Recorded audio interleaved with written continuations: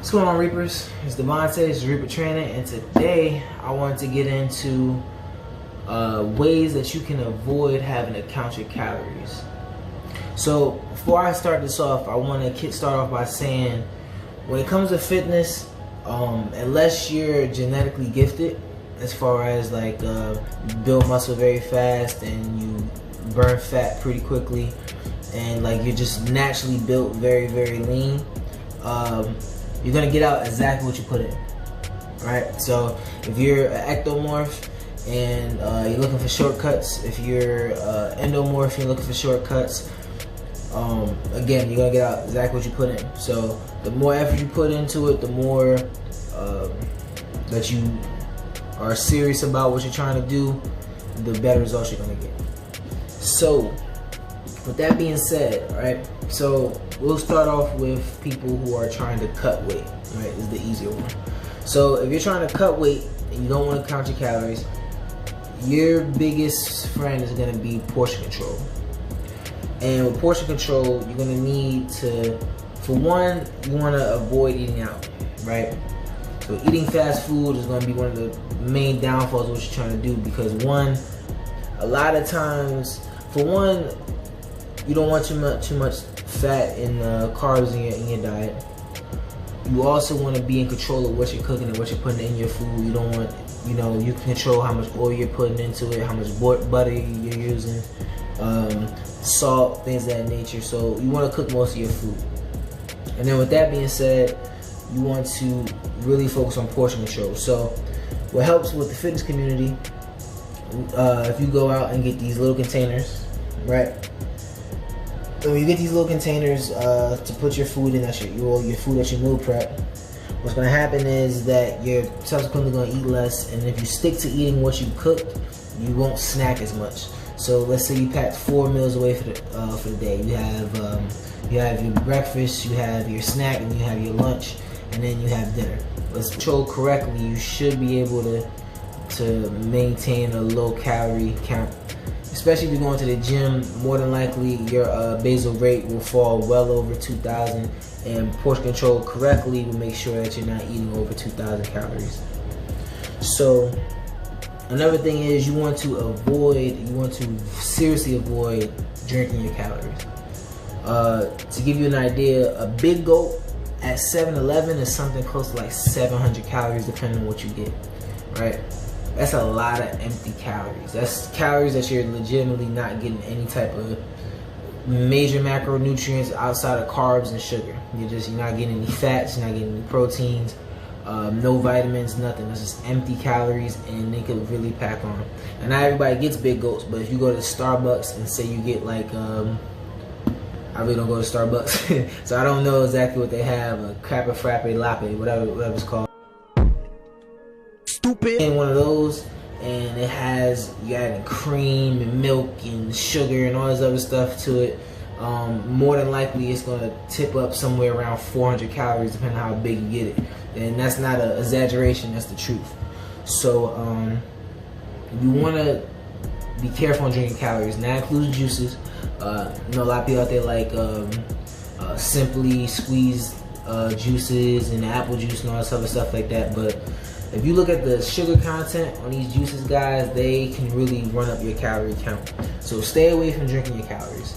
I'm actually going to say that for both ectomorphs and endomorphs, and especially if you're trying to gain or lose weight. Drinking calories, unless it's something that's nutritional, that you're getting some type of nutritional value from, it's just not really the way to go. It's going to hinder a lot of your fitness goals, and it's going to spike your insulin ridiculously. So that's number one. And then what you also want to do is you want to get some type of a workout regimen going. You're not counting your calories, so you want to be sure that if you're trying to lose weight, you want to be sure that you're in a deficit. So good 3 to 4 times a week of working out is going to ensure that you're burning more than you're putting out, than you're taking in. And that can be HIIT training, that could be weightlifting, that can be cardio, but you want to at least get to the gym about 4 times a day, and 4 times a week. And you don't even have to get to a gym. You can do home workouts. I'll be adding some home workouts here within the coming weeks. just to give you guys some ideas and startup ideas, something that you could do in the house without having to get a gym membership and go to the gym. So the next thing I want to touch on is, after you do your meal prepping, you also want to stick to a timing schedule, right? So what happens is, you want to eat at certain periods throughout the day. You also want to give yourself enough time to break down some of that food that you're eating.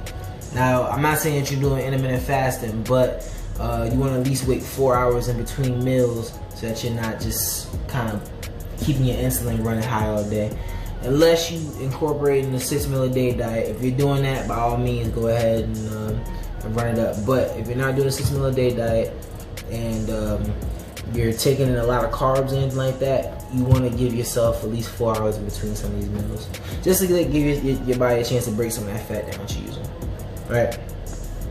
And going into the 6 meal a day diet, you have an opportunity to incorporate this plan with any of your diet schedules, right? So if you decide to do efficient macros, if you decide to do intermittent fasting, keto, 6 meal a day plan, any of these ideas, Mediterranean diet, you can incorporate this with the plan I'm giving you. Alright, now to jump into the people that are trying to gain weight. Now, I'm going to start off by saying, guys, if you're trying to gain weight, your best bet is to make sure that you're counting your calories, right?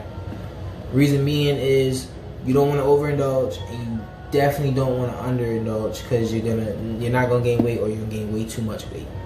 So, that being said, same idea, however, portion control is big. You want to have bigger bowls, right?